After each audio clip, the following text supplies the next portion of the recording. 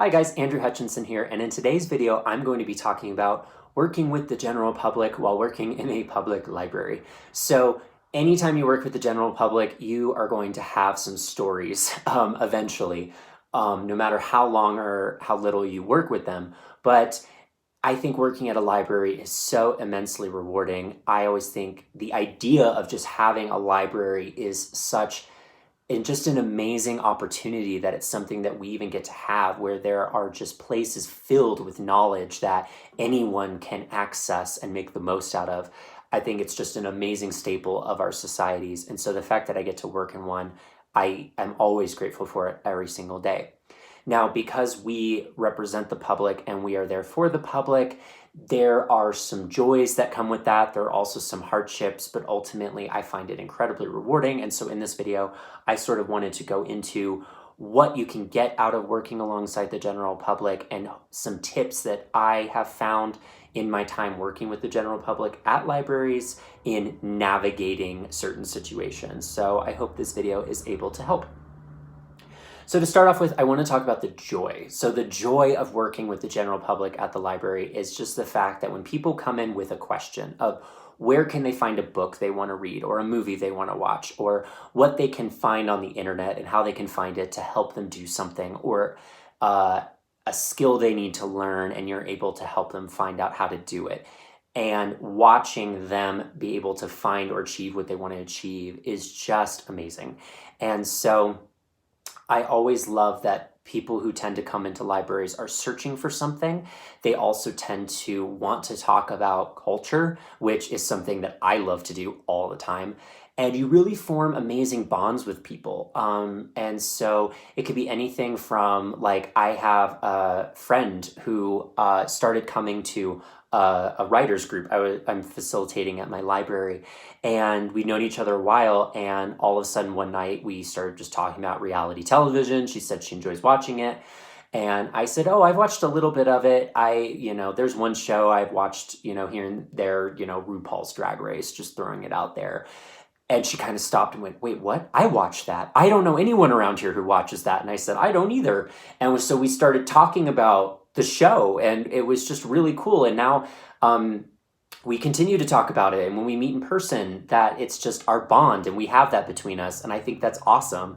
And I also helped another patron who had a very severe brain injury, and he was trying to relearn how to use very basic technological skills, how to use his cell phone, how to use his laptop. And so once a week he would come in and just ask me, okay, how can I find this? How can I set up a homepage? How can I create shortcuts? And I worked with him week after week.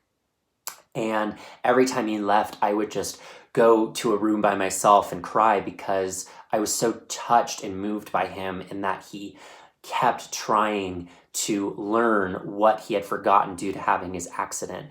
And we really built a strong bond between us, where he was learning technology from me, but I was learning the power of human resiliency from him.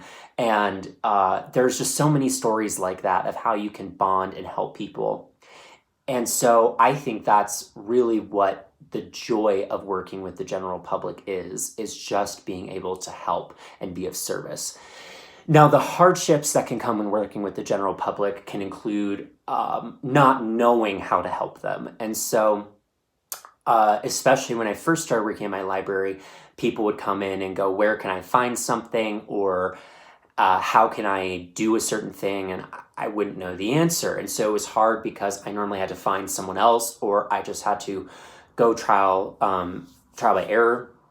But I always just could do my best. Now, sometimes people still left an interaction with a feeling of disappointment or let down that I couldn't do something for them. And that's just sometimes going to happen. I always say, for working in a library and being a librarian, even if you can't do something, you can at least try to help anyone find someone who can. So, for instance, a lot of times I help people with technology at my library, and I consider myself pretty technologically informed, but sometimes I'll help someone get to know Google, and I'll get them on Google Docs, and we'll get their photos saved on Google Photos, for instance, and all of that.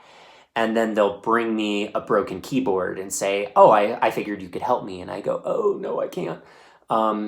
And sometimes too, my coworkers would recommend people and say, oh, Andrew could help you with this technological thing. He can help you install antivirus software. And then when they come up to me and they're all ready to go, I'm like, I don't know anything about that. And so I either have to go look it up or I have to try to find someone who can do what these people are needing them to do. That's hard because I'm in more of a rural area. When I used to live in Phoenix, Arizona, and someone had a tech problem, I could easily say, oh, well, there's a Best Buy, there's a Geek Squad, you look in a phone book, I'll look something up for you. Now in rural Southwest Colorado, it's a little bit more difficult to try to find certain experts and things for people to find and utilize, but I can always still do my best. And so I think no matter what, just trying to let people know that you will help them in any capacity possible. And following up, I think, is a huge piece where if you say, I will try to find someone for you to answer your question, even if you don't find someone, give them a call back and tell them, hey, I tried and I'm so sorry. It's leaving people in the dark that I have seen make a situation even more awkward and uncomfortable, or even more of a letdown. So even if you aren't able to do something, my bottom line is try, and even if you can't figure it out, just let them know and apologize. Normally, that is just the fact that you even tried, people will be very grateful. Now, sometimes in libraries, certain safety issues can arise. We've had a few of them at my library. There's sometimes issues with things like substance abuse or other factors where certain people come in and can cause disruption either to other patrons or to yourself. Always follow your own library's guidelines. Look into what rules and procedures you have in place with not only your director, but also your board.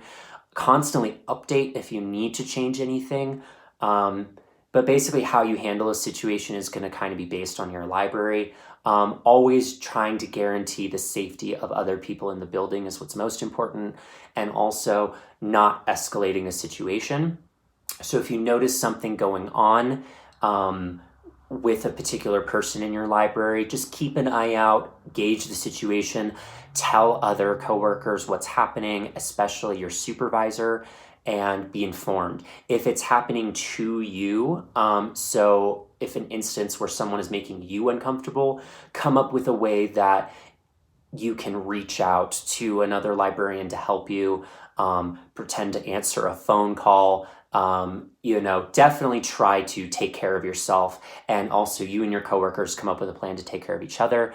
Most instances can be resolved pretty easily, but sometimes action does need to be taken. We've had to involve law enforcement a couple times. Unfortunately, there are some stories out there that have happened recently where librarians have been either hurt or even killed by patrons who have been angered by something they did. So it's weird to think that our job could be potentially dangerous, but it can be sometimes. And so even when we close at the end of the night, we always walk out together. And sometimes even too with kids coming to our library, if you notice a child is alone, or you notice that they're not talking to anyone, or they seem hungry, I mean, there's ways to reach out and to be vigilant. Now, a little bit later, I'm going to talk about having boundaries to all of these situations, but I would just say go with your gut, take care of yourself, and also follow your own library's procedure in any capacity you have. Now, the bottom line of all of this in working with the general public is we are there to serve them. We are paid for by them with their tax revenue. And like I said, I honestly think it's a miracle we get to even work in an institution like a library in the first place. At least that's how I view it. So I always am grateful to be there. And even on my worst day, I always leave feeling fulfilled that I tried to do my best in any given situation. And I think that's just what we can do, is try our best every single day to help people.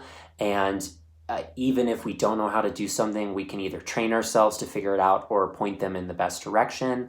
Always following through with anyone, building those relationships, especially with people who come in the library a lot, and really finding the reward in when you are able to help people find a piece of information or learn a new skill set. or even just the fact that they have someone like you to talk to, I think is always something positive to focus on any given day. And I've talked about this in a previous video before, but your reputation as a librarian will go a long way. So if you are professional, you are well kept, you are kind, and you always try your best, it will really help you in any given interaction you have. That way, if you do have a weird interaction and maybe someone says something to another coworker or your supervisor about how you behaved, your supervisor might go, oh, that seems odd to me, versus, oh yeah, that person's always hard to work with.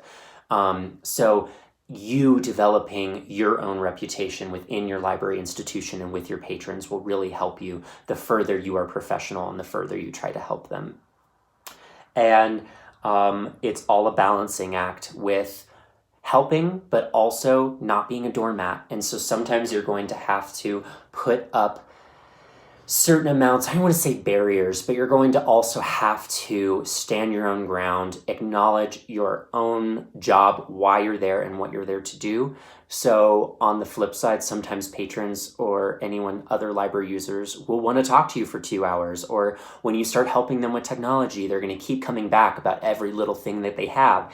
And though it's great that they want to connect and it's great that they have an attachment to you, things that I have found is if I'm helping someone with technology, I say, I can help you for 45 minutes and then I have to go, but let's schedule a future appointment. Or if someone wants to start talking to me and they want to keep going and going and going about all these books they've read recently, I might have to say, hey, I love this conversation, but for right now, I'm actually going to have to go somewhere else, or I have something to do, but let's again reconnect. So those ways to put up boundaries with people, or if people start, for instance, if they actually do get aggressive or they do say, well, why can't you do this? Calmly saying, sir, ma'am, I'm just trying my best and that's all I can do in this situation. I hear you and I want to continue helping you. That will go such a long way in any sort of conflict resolution. So I think no matter what, know why you're there, be proud to be a librarian, and have your own boundaries, but also always try to help in any given situation you can. Be on the lookout, always be aware of your surroundings, take care of each other, take care of your fellow coworkers, and as always, do your best to serve the general public and be appreciative of the fact that we can be a part of an institution that provides knowledge and skills to the general public for free. I think that is such an amazing gift. So I know the end of this video may have got a little rambly and I'm getting off my soapbox now, but I hope this video helped you all. If you're a library user and you're part of the general public, or you're a librarian and maybe you just wanted to see a little bit more perspective on working with the general public, feel free to comment down below if you have a positive situation or even a negative with a librarian and maybe what you guys did to work through that, or if you're a librarian, a story you maybe have that you learned from or that was worthwhile in working with someone in your local community or otherwise. Always feel free to like and subscribe. Thank you so much for stopping by my channel, The Book Hutch. I will keep making library videos like this in the future. I really enjoy doing that. And until then, have a great rest of your day, and I will see you all later. Bye.